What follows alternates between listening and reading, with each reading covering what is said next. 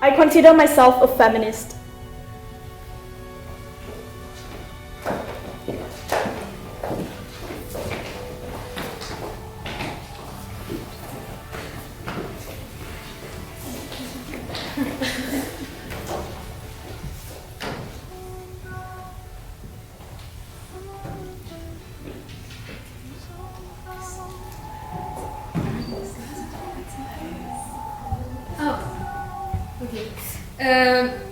So I would say I consider myself as feminist, but I won't say totally feminist in the sense that it's part of what I think, of what I believe in, but it's not a huge part in my identity, I would say. It's more like something that is along my life, like it's part of my life, but it doesn't take a huge part in my identity. I just feel that it's just become such a big part of my life because I experience it every day, I see it every day. And as a result, you have to get involved. You can't really be a bystander there. So that's why I'm wholly involved and it just makes sense to me. It's like a fact of life. On the other hand, for me personally, it's not completely about involvement, because when I say that I'm a feminist, I don't immediately think, yeah, I'm a feminist, I'm involved in a lot of things. For me, feminism is mostly a way of thinking, and it's mostly a mentality and an ideology. Yeah, I agree with Era. Like, it doesn't matter that you don't, like, there's nothing that you have to, even if there's nothing that you have to do in order to fight for something in your life, just because you can do it for other people, like, why not do it? But I also think that being a feminist is also, like, even what you said, it's a way of thinking, but for me personally, I think it's a way of life. Because there are so many issues that are systematically ingrained in our society that we just can't look away anymore. So I think it's really important for us as not just women, but also for men and for everyone to just be like aware of these issues and try to come up with ways on how you can learn, at least in the beginning, and then maybe systematically educate yourself on how you can help. Yes. I think that every feminist is fighting for the same cause.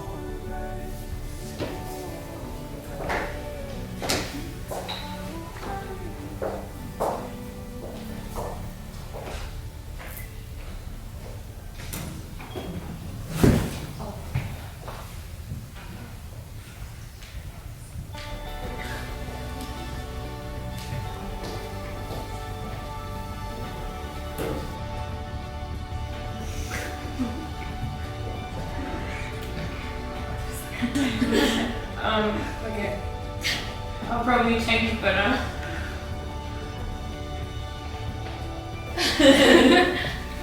So I somewhat agree with this statement.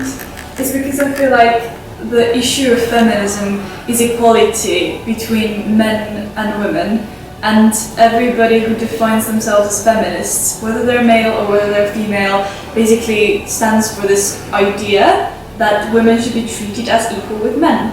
And I think that in like a broader sense, that's just what it is, and hence like everyone is fighting for the same cause. But obviously everyone has like their own fight that they're fighting for, and like their own like motivations in their lives and like their own goals, and everyone is different. So that's why I am on the side of like somewhat agree and not strongly agree, because while the broad cause is the same for everyone, in my opinion, everyone is still like picking their own battles and fighting in like different separate areas as well at the same time. It's rather a problem of starting point, because we don't have the same background, we don't have the same fight. It can be a systematic fight, but it's also a personal fight, I think. So if you only take into account the goal, then you also undermine the starting point and the person that has the goal. What you were saying earlier about vantage point, I think is really important and has a lot to do with intersectionality, like you just mentioned earlier. I think the reason I picked slightly agree was because when it comes to vantage point, like you said, starting point is really important. You can take like equal pay day, for example, where like different women from different backgrounds have like a disparity between pay gaps, not just between men and women. So when it comes to like starting a fight for equality, for example, with pay, you have to start at different vantage points because not every woman experiences the same thing. On top of that, it's difficult to have like a similar fight or a similar motivation just because everyone has different backgrounds. Because of that, oftentimes the method in which people kind of start that fight or start that cause diverges and causes like different movements to take place. I support the Me Too movement.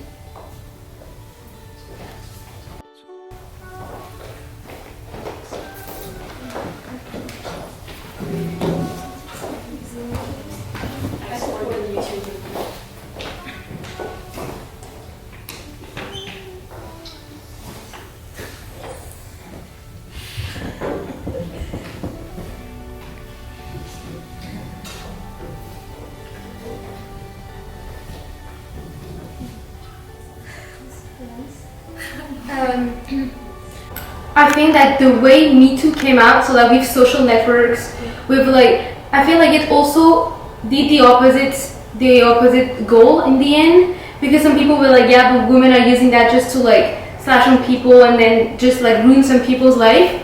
So I feel like I support the cause of freeing people, women's and men's also, people's speech about rape, about sexual harassment, what they have been through. But at the same time, I truly think that maybe it was for the good, but like maybe it went too far in some way. Yes. I totally understand what you're saying. It's just that I chose this stance because I believe the cause is something extremely important, extremely beautiful, and just like with every single movement in the world, there are people who misuse it, misinterpret it, and other people who see these misinterpretations and take advantage to talk trash about the movement itself.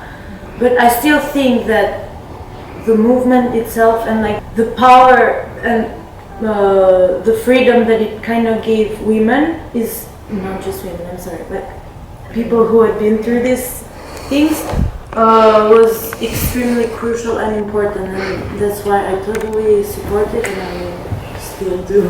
The point of view that the Me Too movement was kind of toxic is really not helping anyone, because we're talking about people who have been through traumatic experience being brave enough to say that this happened to me, I don't want it to happen to you, so I'm going to speak up, so you know what to do when it does.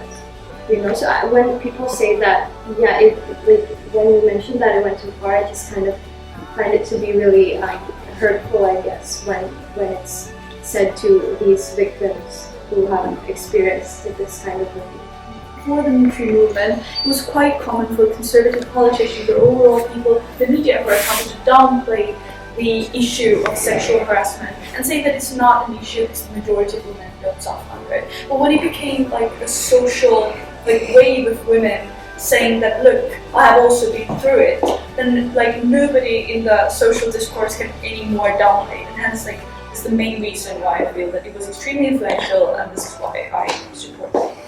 Like, obviously this gave a lot of women courage to kind of speak out about their experiences and what it has been.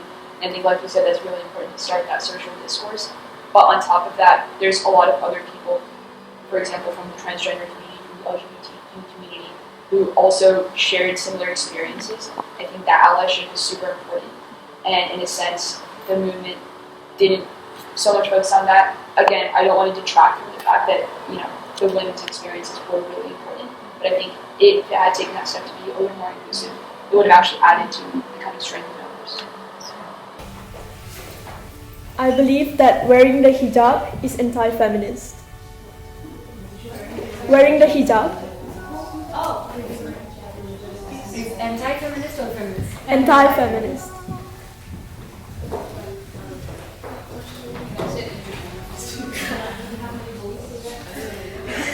Do I have a voice in that? Like, Yeah. it's hard to say. I'll just stay there. I don't know if I fall in the strongly category. It's hard to speak about it, you know? Should I start? I just feel like, well, yeah, I don't know, because I don't have that experience myself, but also I think it falls in between, like, is the woman wearing a hijab wearing it because of her own choice, or is someone else forcing her to? I think it kind of comes down to that, so. I guess depending on that, like, it would change the circumstances. Yeah. I also think that circumstances are incredibly important. This is why I would like refuse to take a stance and hence be on the neutral role. I didn't think about that. One of the main pillars of feminism that I believe is that self-expression. So, you know, if it's your choice to wear it, it's not anti-feminist. However, if you're forced to wear it because you need to cover up because you know you're being promiscuous, then obviously, in that way, it's anti-feminist. But that's not the hijab itself. It's society. It's the people who enforce those beliefs onto a piece of cloth.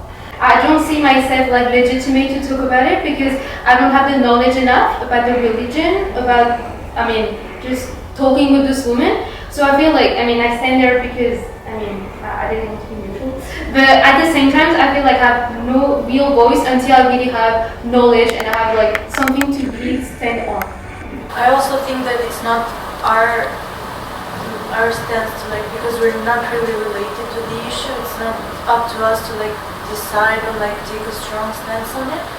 But at the same time, I think that if we do that constantly with every issue, we're gonna limit our personal expression a lot. So maybe we form our knowledge from people who are actually part of this experience, and then decide for our own whether we agree or disagree with them. Because I also think that support, even though if you're not part of that group, support towards them, whether you agree or disagree with them, is also very, very important.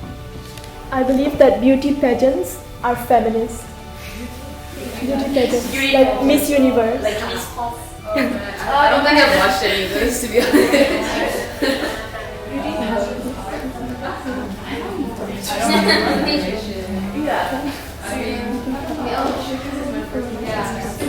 I think I've watched the Steve Harvey moment. That's about it. Feminist. That was really shit. That was really toxic. Beauty pageants are feminists. Yeah. Oh, this is not. Beauty pageants are feminists.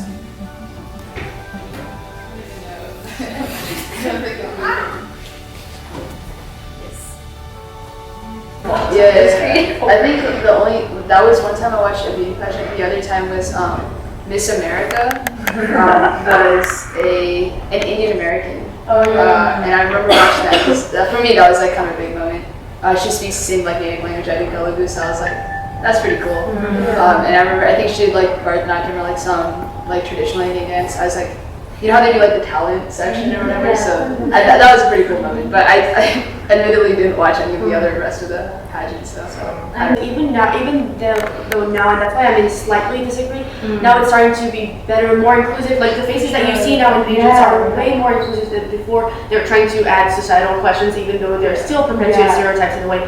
But we've come such a long way. But then you still should not forget about why they were created in the first place, who runs them, who presents them, and just how they're perceived still today by the general public. So that's why I'm kind of hesitating. Representative Miss Philippines back in 1980, really long time ago, the questions she received was, what meal would you cook for a man who had just gotten back from the movie? I think I'm not really sure, but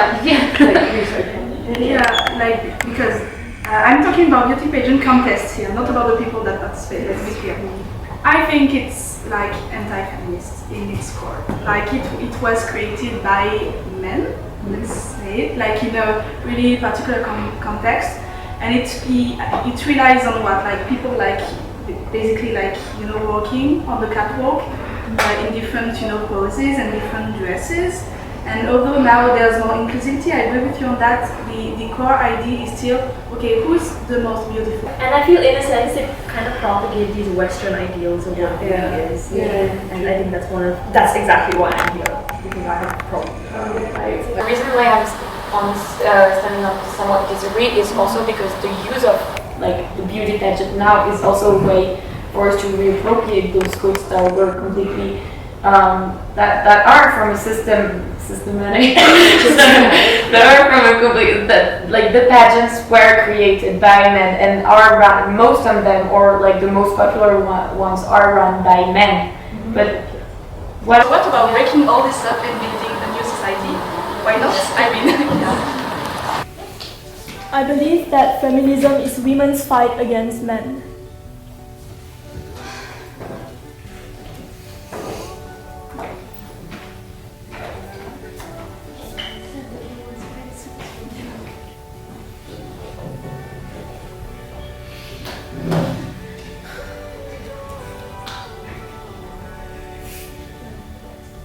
anti-feminist speech I had were from women themselves, like saying, you know, my moms prefer my brother because obviously boys are just like easier to deal with than girls, you know, those kind of speeches.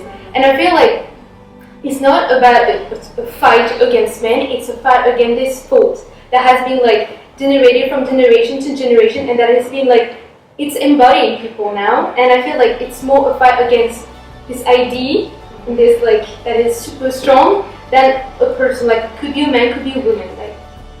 I agree. I think like when you break it down, like women fight against men, when you take the word women, it's like, it's not all collective, not all women believe in these notions.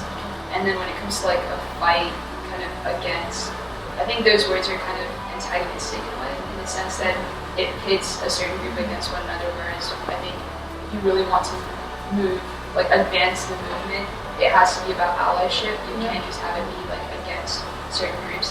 And I think like, for example, Emma Watson's like he or she thing is a pretty good way of describing like how men have to be allied with women, and not just like men and women, but like all genders.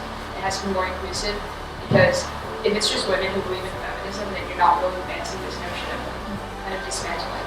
And why saying that, oh, because I'm a woman and I want equality, I'm going to fight men? That's for me really dangerous. Because there's also this, like, whenever we say, you know the word men are trash. Yeah. Yeah, and you know the problem behind that, right? And the defense is that whenever the term men are trash, is that it's attacking the system, not the individual. So I think that's a clarification of that. I believe that girls and boys should be raised the same way.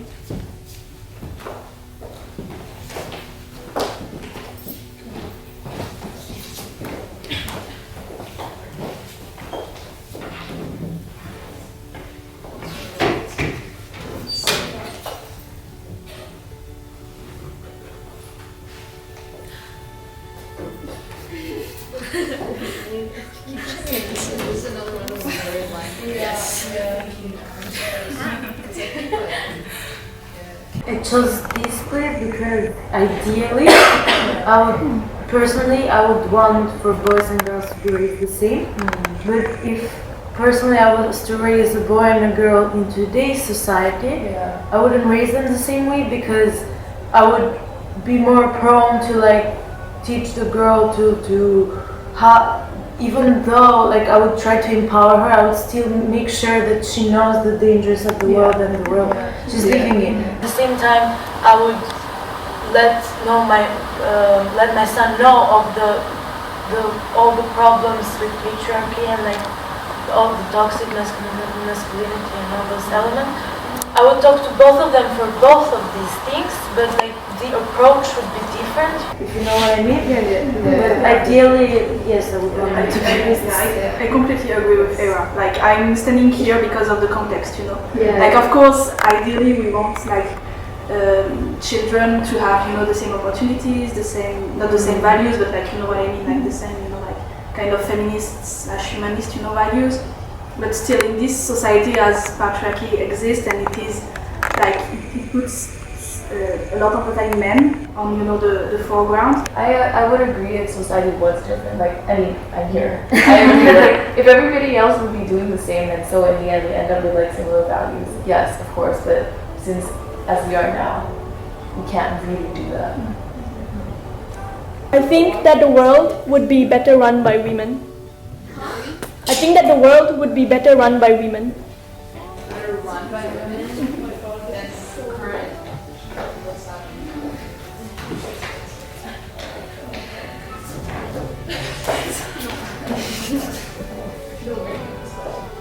This is a trap, I feel.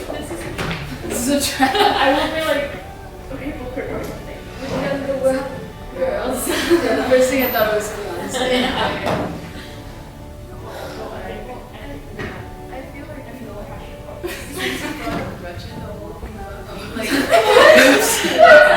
I was just saying the question system, right? Yeah. Maybe it would be better.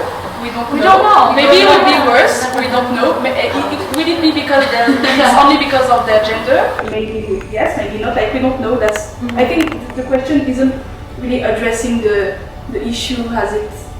But think about it, like I feel that like we have so few women in political positions of power. How would we ever know how they run? Like we haven't been given that advantage already because would it be run by women only, which is the problem. It's just a question of ability and capacities and what they can do as well. Like of course they would be like it's better to have more competition, which is why we're fighting for more equality. But going as far as saying like, oh, you're like if the world was run by women, it'd be the best. I don't. Like it kind of goes against it. Yeah, and I don't think it's the gender rule. Yes. We don't need to say that because I'm a woman and because you're a man you need to be like in the position of power, and it's the same. Like it's the same for everyone. I think. And like in the same way, like just like men, women also have flaws. Like there are some, and also in the same way, like there are some qualities of women that are inherent to women because of whatever thing that has perpetuated it. No, like it really depends on so many things. Yeah, that's true. Like in a lot of cases, like for example, right now I'm like following the American Democratic presidential candidates running, and Kamala Harris dropped out. Was like one of the front runners at the beginning, and she's like, and there's this whole thing about how a lot of people didn't believe in like the black woman's opportunity to like win against Trump in the current era. And I think it's things like that where like people tell each other they don't believe that a woman can win in today's climate, and then like obviously that spreads, and then women don't actually. So it's like just opening up the opportunities and opening up the like even the idea that a woman can win, and then voting for those women and women coming out to vote as well, and like changing that narrative. But it doesn't mean you only have to vote for women. You can vote for anyone. Yeah, like what she said, like if you just go into an election and be like, oh, I'm gonna vote for her because she's a woman without considering anything else, that's just pretty toxic. That's just Does it depend? Is a woman? I never in my life vote for her. Like, although she's a woman. No. But it should be about the policies, and like, it should be about their platform. Their ability to lead.